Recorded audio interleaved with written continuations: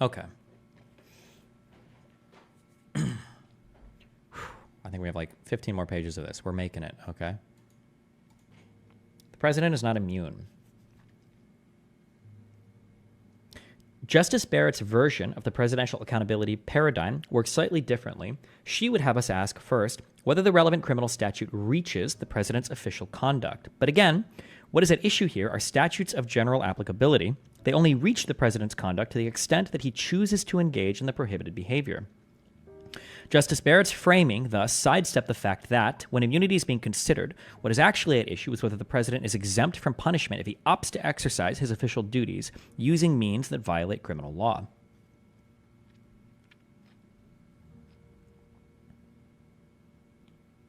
I don't know why I feel like she's put all of her interesting stuff in footnotes. That's interesting, but okay, whatever.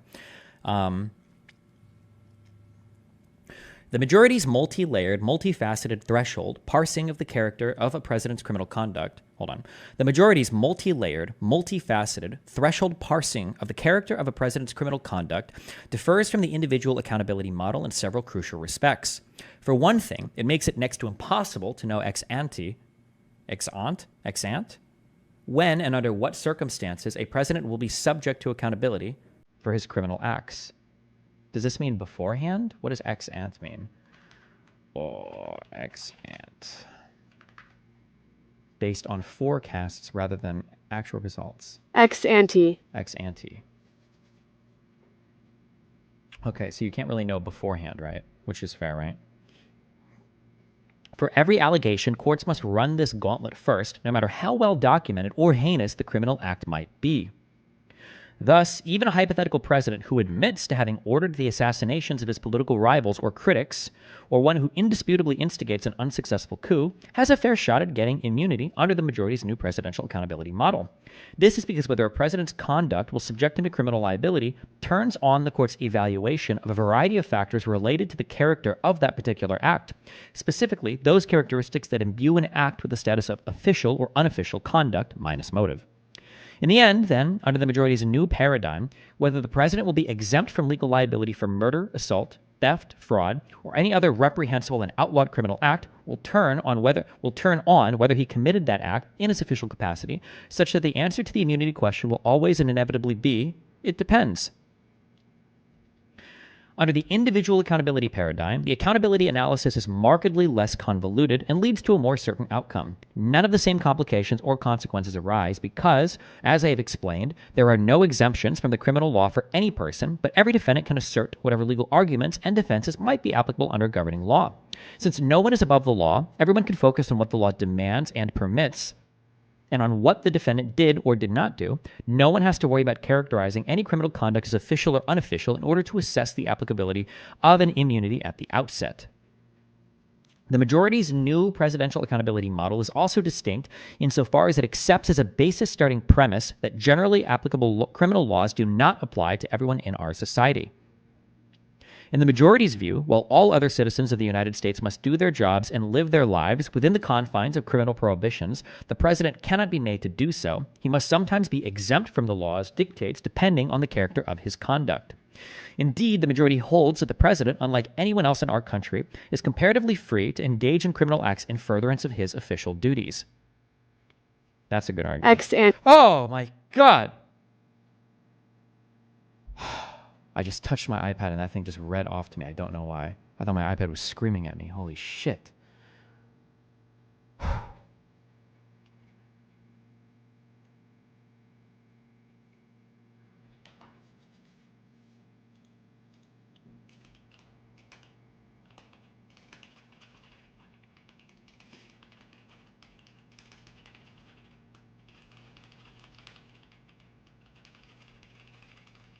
What situation, if any, would you want the president to be immune to criminal law when making decisions? Should we not always trust our justice system? Should we not change our system instead of giving someone immunity to it? That's my question. That'll be a question that I ask as like a debate tactic or whatever. It's like, okay, well, what does the president need to commit crimes to do? That point bears emphasizing. Immunity can issue for presidents under the majority's model even for unquestionably and intentionally egregious criminal behavior, regardless of the nature or the impact of the president's criminal conduct, so long as he is committing crimes pursuant to the powers invested exclusively in him by the Constitution, or is needed to carry out his constitutional duties without undue caution, he is likely to be deemed immune from prosecution. The footnote here is to fully appreciate the oddity of making the criminal immunity determination turn on the character of the president's responsibilities. Consider what the majority says is one of the president's conclusive and preclusive prerogatives: the president's power to remove those who wield executive power on his behalf.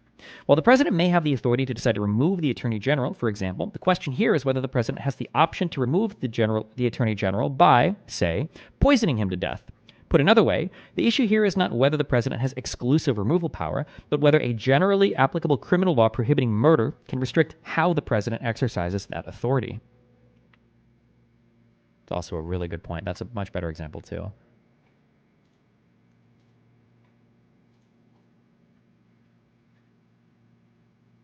Okay, fuck this guy.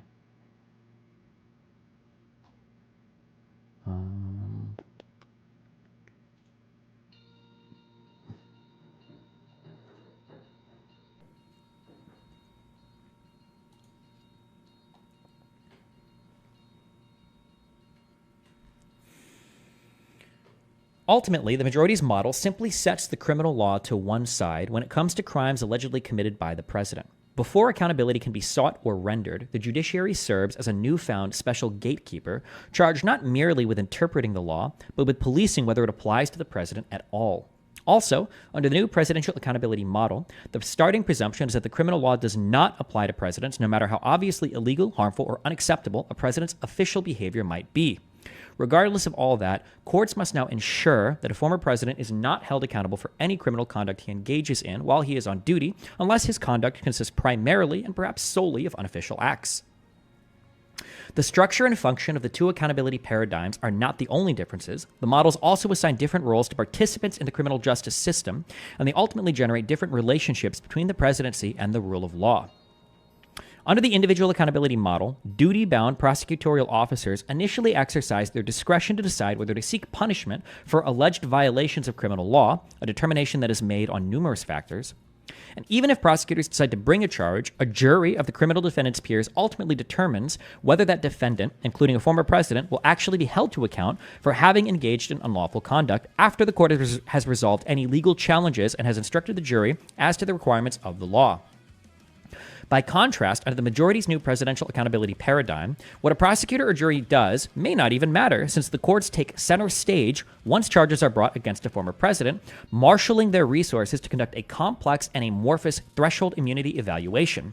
Whether a former president will be entirely exempted from the dictates of the law, such that the roles of other participants in the criminal justice process becomes irrelevant, requires a judicial assessment in the first instance of his criminal conduct and the circumstances under which he acted. That's a good point.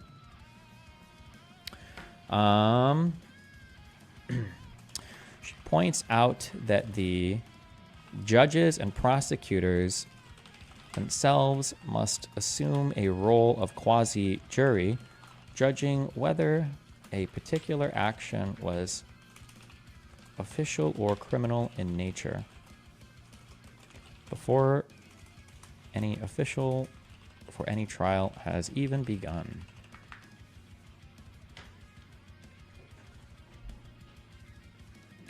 Finally, and most importantly, recall that under the individual accountability model, an indicted former president can raise an affirmative defense just like any other criminal defendant.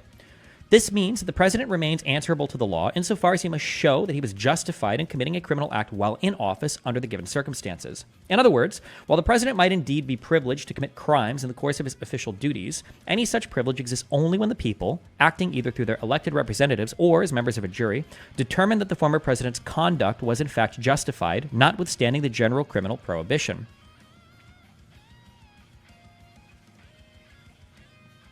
Under the majority's immunity regime, by contrast, the president can commit crimes in the course of his job, even under the circumstances in which no one thinks he has any excuse. The law simply does not apply to him. Unlike a defendant who invokes an affirmative defense and relies on a legal determination that there was a good reason for his otherwise unlawful conduct, a former president invoking immunity relies on the premise that he can do whatever he wants, however he wants, as long as he uses his official power in doing so. In the former paradigm, the president remains subject to law. In the latter, he is above it. Justice Sotomayor has already warned of the dire consequences that are likely to follow from the majority's decision in this case. I have thus far endeavored merely to explain what today's ruling amounts to on a theoretical level, the court's abandonment of the individual accountability model as applied to presidents, and its introduction of a new presidential accountability model that authorizes the judiciary to exempt presidents from punishment under law, depending on the official or unofficial character of the criminal conduct at issue. Here, I will highlight just two observations about the results that follow from this paradigm shift. First, by changing the accountability paradigm in this fashion, the court has unilaterally altered the balance of power between the three coordinate branches of our government as it relates to the rule of law, aggrandizing power in the judiciary and the executive to the detriment of Congress. Second, the majority's new presidential accountability model undermines the constraints of the law as a deterrent for future presidents who might otherwise abuse their power to the detriment of us all.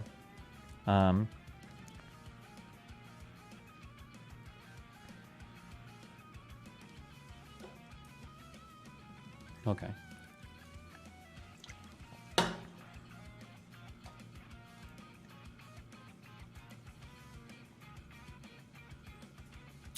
All right. Consider the structural implications of today's decision from the standpoint of the separation of powers. Until now, Congress's laws, passed by the representatives of the people, bound the people and their elected officials just the same. Law, we have explained, is the only supreme power in our system of government, and every man who by accepting office participates in its functions is only the more strongly bound to submit to that supremacy, and to observe the limitations which it imposes upon the exercise of the authority which it gives. With its adoption of a paradigm that sometimes exempts the president from the dictates of the law when the court says so, this court has effectively snatched from the legislature the authority to bind the president, or not, to Congress's mandates, and it has also thereby substantially augmented the power of both the office of the presidency and itself. As to the former, that's a very interesting argument and a good point. This ruling has allowed the court to snatch power from the legislature,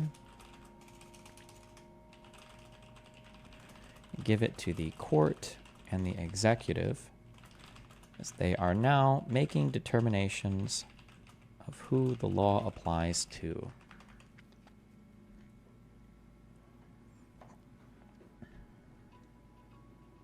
Wait, shit, I didn't mean to push that.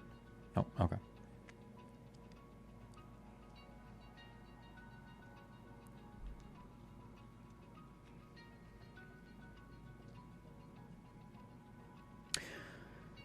Law, we have explained, is the... Oh, wait, no.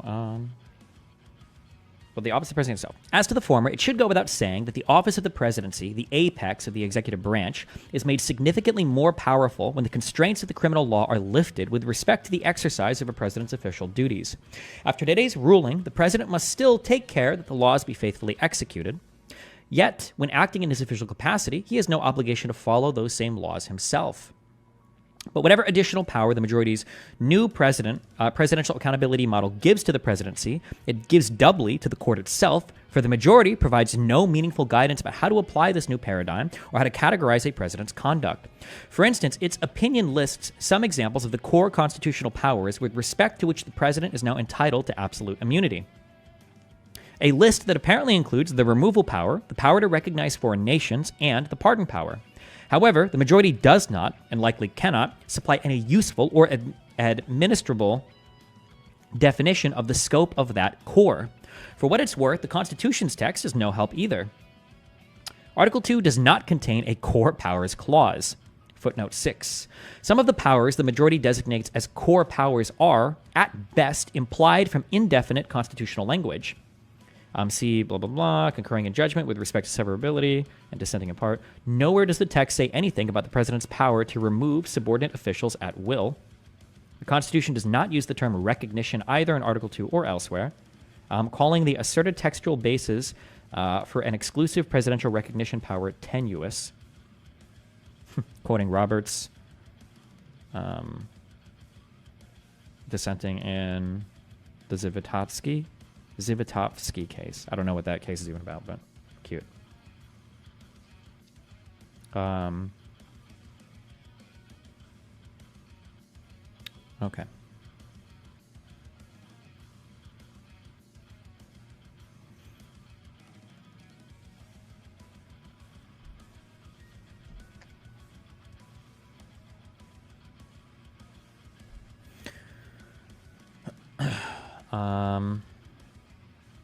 Okay, so the actual metes and bounds of the core presidential powers are really anyone's guess. Nor does the majority explain how to... okay, hold on, that's a good point.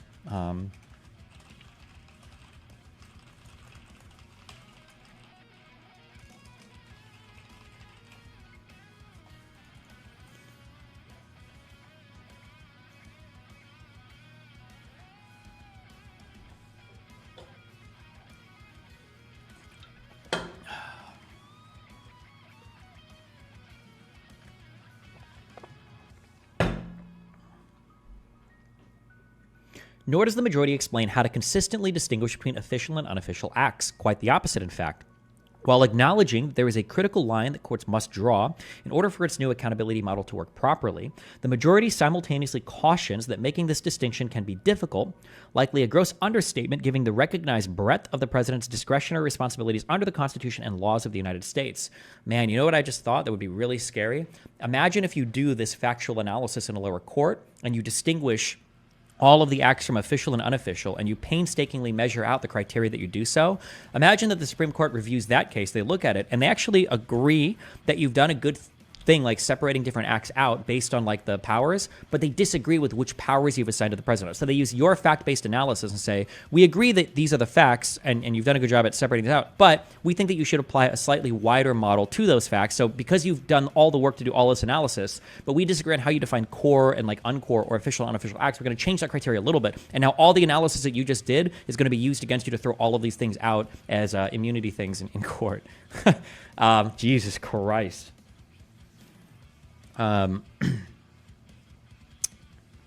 That's why they left it the way they did 1,000%. Yeah, Jesus.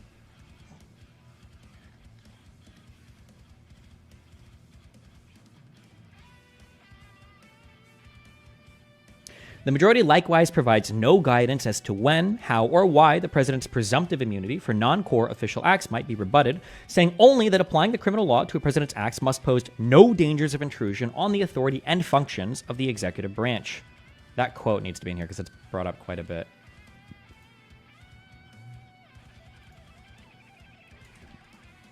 By proving that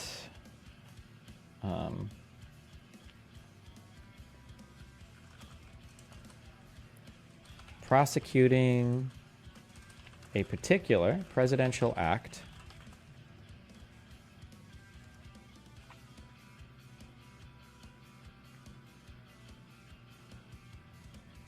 must pose no dangers of intrusion on the authority and functions of the executive branch.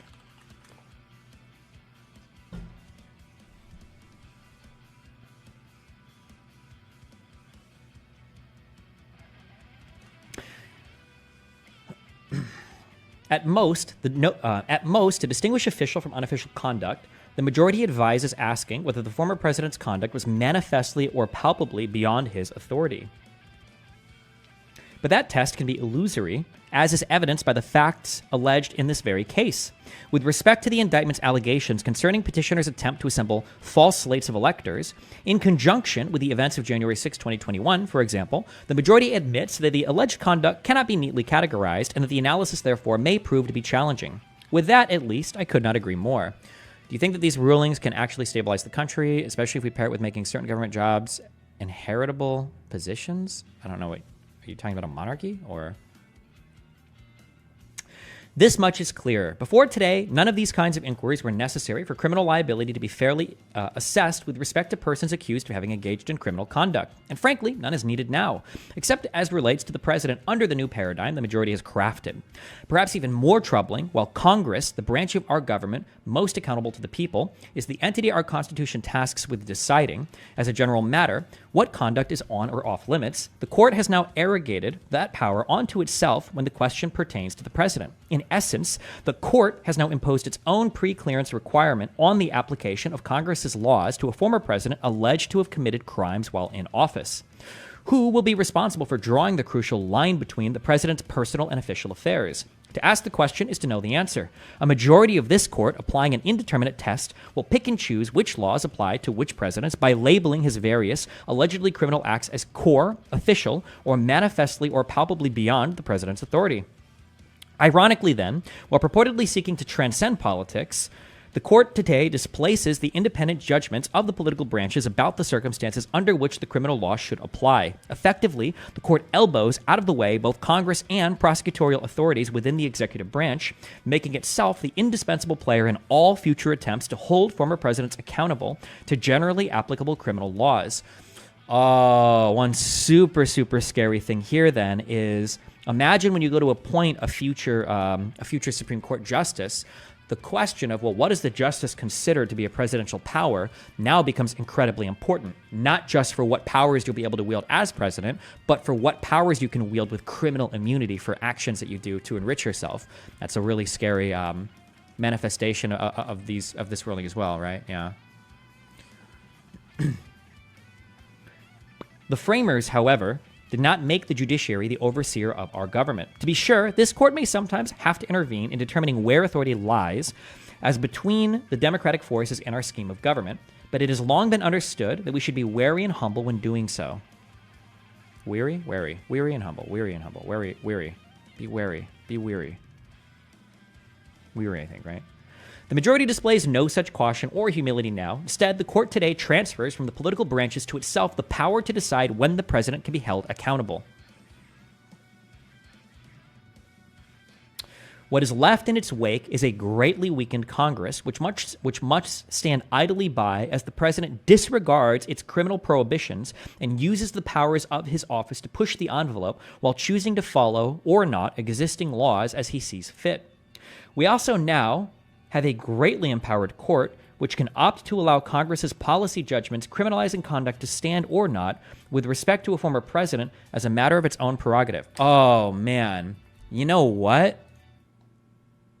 I wonder if this would be a really good example. What was the law that was passed? Here would be, this is my thought experiment, but I would have to go and read the actual text of the law. So the legislature, Congress, was not happy that it seemed possible that the president of the United States, through criminal action, might be able to induce the vice president, while serving as president of the Senate, to unilaterally flip the results of the election. Our legislature didn't like that idea, so they passed a new law in order to change that process, which, assuming the law itself is not unconstitutional, they should be allowed to do. If the legislature doesn't like how a certain process or procedure works, especially a process concerning the legislature, arguably, they should be able to pass a law, not arguably, I'm sorry, by the framing of our Constitution, they should be able to pass a law changing that.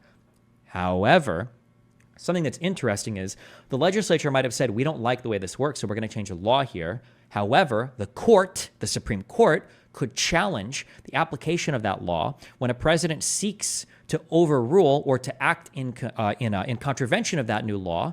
When they get challenged in court, the court might say, oh, well, this is a core power of the president, so it really doesn't matter what the legislature says. He can do this anyway.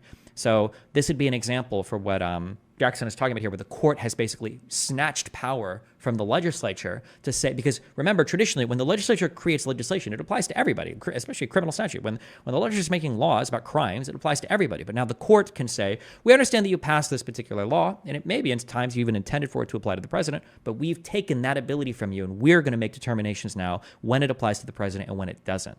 That's an example of snatching power from the legislature.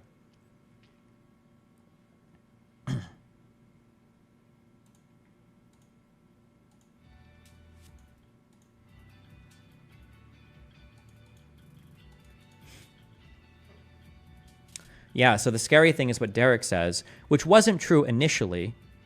But Derek says, so basically, as long as the Supreme Court backs the president, a president can basically do whatever they want. Basically, yeah. Arguably, yes. So that's kind of spooky. But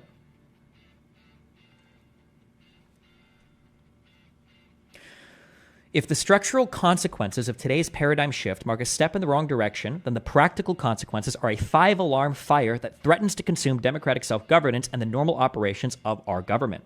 The majority shoos away this possibility, accusing the dissents of striking a tone of chilling doom that is wholly disproportionate to what the court actually does today.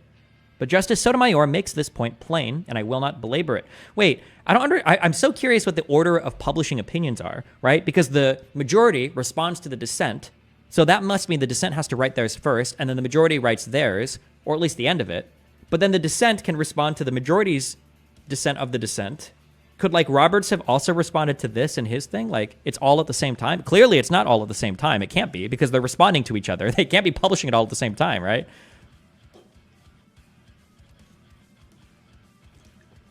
They read each other's drafts?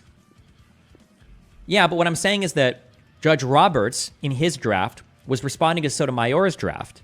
However, Jackson is responding to the response that Roberts wrote in his draft to Sotomayor. So, like, how many drafts do these guys get to see for them to respond to each other, right? Like, could we theoretically see, like, in the majority opinion, it's like when they say this about this, like, yeah. I don't know. I think that's interesting. I don't know what the, yeah.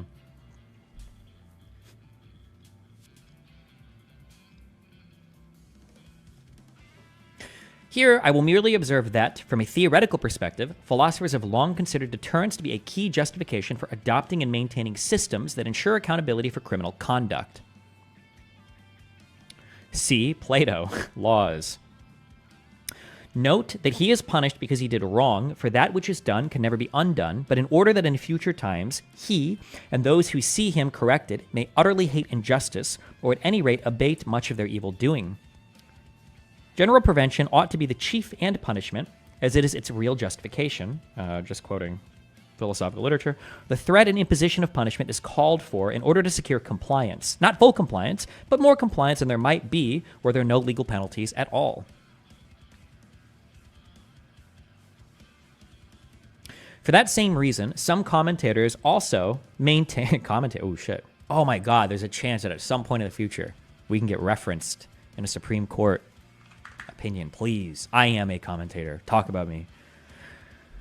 For that same reason, some commentators also maintain that decreasing the certainty of accountability for wrongful acts at least arguably reduces incentives to follow the law. The footnote here is CEG. For example, M. Ryan taking another look at second look sentencing from the Brooklyn Law Review. Undermining the certainty of punishment could undermine the deterrence value of punishment. Okay. Oh, it's Law Review publisher commentators. Fuck them. Under the individual accountability model, because everyone is subject to the law, the potential of criminal liability operates as a constraint on the actions and decisions of everyone, including the president. After today, that reality is no more. Consequently, our nation has lost a substantial check on presidents who would use their official powers to commit crimes with impunity while in office. Nobody will actually address the Nixon thing head on? I'm curious. I feel like I don't think Sotomayor talked about it in the dissent ever, right? That maybe Nixon would have just committed his crimes, right?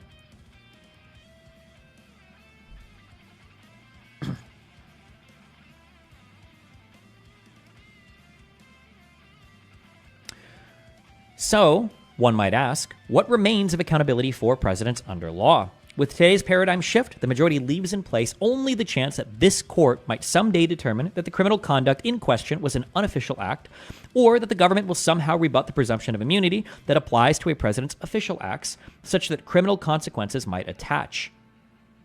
But with the parameters of official and unofficial conduct unknown, I think it highly unlikely that a sitting president would feel constrained by these remote possibilities. Yeah, imagine too, like, here's a question. Oh, God. This is a debate question. I have to have this here. Question for debates. Let's say a president goes on TV and makes a statement that a particular judicial action would deter him from making tough decisions about running the United States,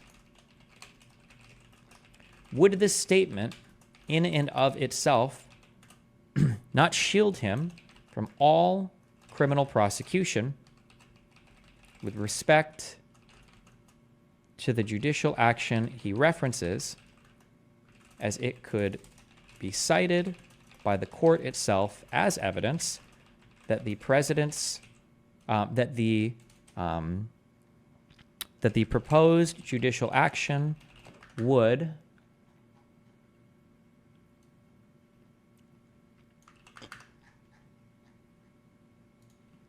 intrude on the authority and functions of the executive branch. So that's like the only test that Roberts has kind of given. What if a president literally goes on TV and he's like, listen, guys, I really want to be able to run this country well, but I can't do this. I feel like the courts are breathing down my neck, right?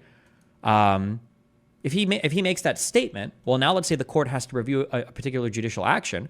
Well, the court said that if any action would intrude on the authority and functions of the executive branch, the president is literally saying that it would.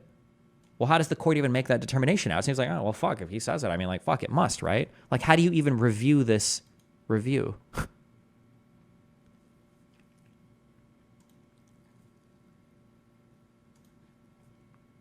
But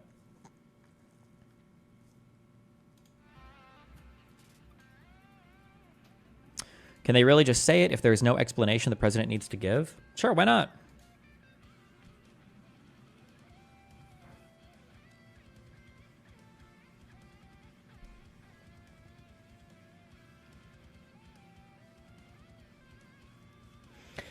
All of this leads me to ponder why exactly has the majority concluded that an indeterminate core versus official versus unofficial line drawing exercise is the better way to address potential criminal acts of a president. Core, official, unofficial. That's what I've written up here, right?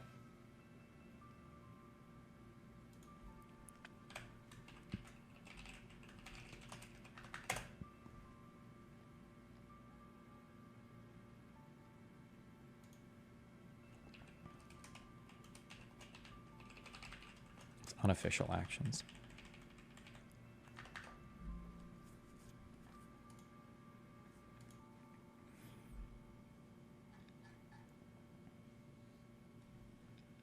Could it be that the majority believes the obviously grave dangers of shifting from the individual accountability model to the presidential accountability model might nevertheless be offset by the great benefit from doing so? Let's see, some guy arguing that acts can be justified by the maxim that it is the greatest happiness of the greatest number, that is the measure of right and wrong, emphasis deleted. Okay. Some of the majority's analysis suggests as much. As far as I can tell, the majority is mostly concerned that, without immunity, presidents might be chilled from taking the bold and unhesitating action required of an independent executive. The court's opinion candidly laments that application of the law to presidents might not be even-handed, and that, as a result, presidents might be less vigorous and energetic as executive officers. But that concern ignores or rejects the foundational principles upon which the traditional individual accountability paradigm is based. Worse still, promoting more vigor from presidents in exercising their official duties, and, presumably, less deliberation, invites breathtaking risks in terms of harm to the American people that, in my view, far outweigh the benefits. That is not to say that the majority is wrong when it perceives that it can be cumbersome for a president to have to follow the law while carrying out his duty to enforce it. It is certainly true that a scheme of government like ours, no doubt at times, feels the lack of power to act with complete, all-embracing, swiftly moving authority. But any American who has studied history knows that our government was designed to have such restrictions. Our Constitution's separation of powers was adopted by the Convention of 1787, not to promote efficiency, but to preclude the exercising of arbitrary power. The purpose was not to avoid friction, but to save the people from autocracy. This is partially true, although I would say she should be careful because the executive is designed to move quite swiftly, whereas the legislature is not. There is a difference in the speed at which we want these two branches to operate, but Having now cast the shadow of doubt over when, if ever, a former president will be subject to criminal liability for any criminal conduct he engages in while on duty, the majority incentivizes all future presidents to cross the line of criminality while in office, knowing that unless they act manifestly or palpably beyond their authority, they will be presumed above prosecution and punishment alike.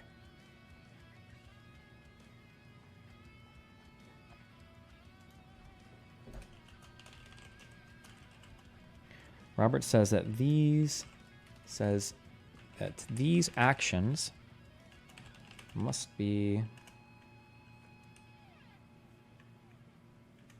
manifestly or palpably beyond their authority.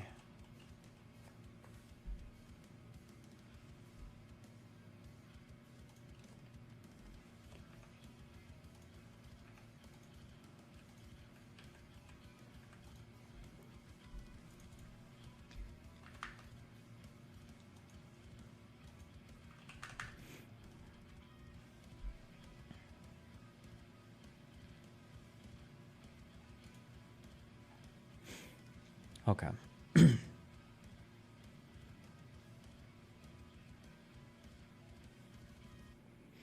But the majority also tells us not to worry because, like everyone else, the president is subject to prosecution in his unofficial capacity. This attempted reassurance is cold comfort, even setting aside the fact that the court has neglected to lay out a standard that reliably distinguishes between a president's official and unofficial conduct. Why? Because there is still manifest inequity.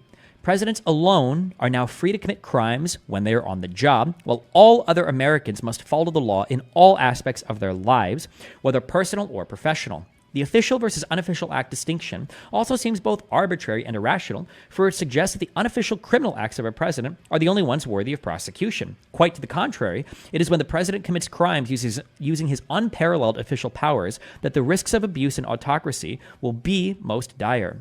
So the fact that, unlike anyone else, the president is vested with sweeping powers and duties actually underscores, rather than undermines, the grim stakes of setting the criminal law to the side when the president flexes those very powers. The vision John Adams enshrined in the Massachusetts Declaration of Rights, a government of laws and not of men, speaks directly to this concept. They refer to some document. Adams characterized that document as an homage to the rule of law. It reflected both a flat rejection in positive terms of rule by fiat and a solemn promise that every act of government may be challenged by an appeal to law.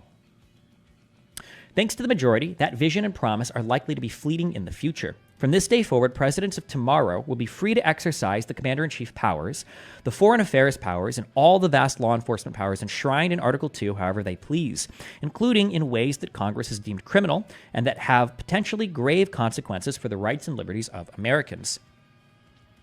To the extent that the majority's new accountability paradigm allows presidents to evade punishment for their criminal acts while in office, the seeds of absolute power for presidents have been planted. And without a doubt, absolute power corrupts absolutely. If one man can be allowed to determine for himself what is law, every man can. That means first chaos, then tyranny. Likewise, if the government becomes a lawbreaker, it breeds contempt for law. It invites every man to become a law unto himself. It invites anarchy. I worry that after today's ruling, our nation will reap what this court has sown.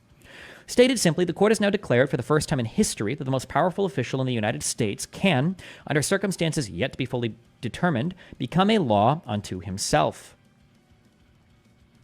As we enter this uncharted territory, the people, in their wisdom, will need to remain ever attentive, consistently fulfilling their established role in our constitutional democracy, and thus collectively serving as the ultimate safeguards against any chaos spawned by this court's decision.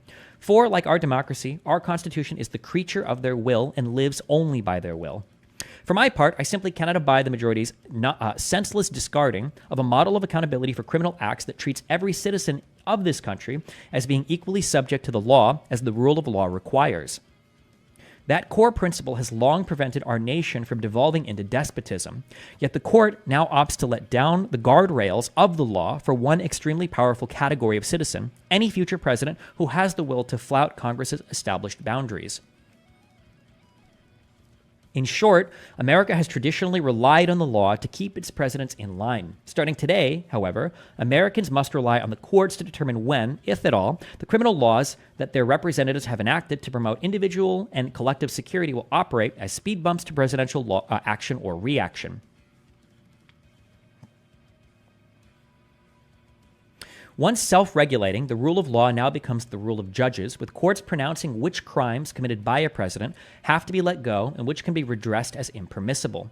So ultimately, the court itself will decide whether the law will be any barrier to whatever course of criminality emanates from the Oval Office in the future. The potential for great harm to American institutions and Americans themselves is obvious. The majority of my colleagues seems to have put their trust in our court's ability to prevent presidents from becoming kings through case-by-case applications of the indeterminate standards of their new presidential accountability paradigm. I fear that they are wrong. But for all our sakes, I hope they are right. In the meantime, because the risks and power the court has now assumed are intolerable, unwarranted, and plainly antithetical to bedrock constitutional norms, I dissent. Wait, is Pisco here real quick?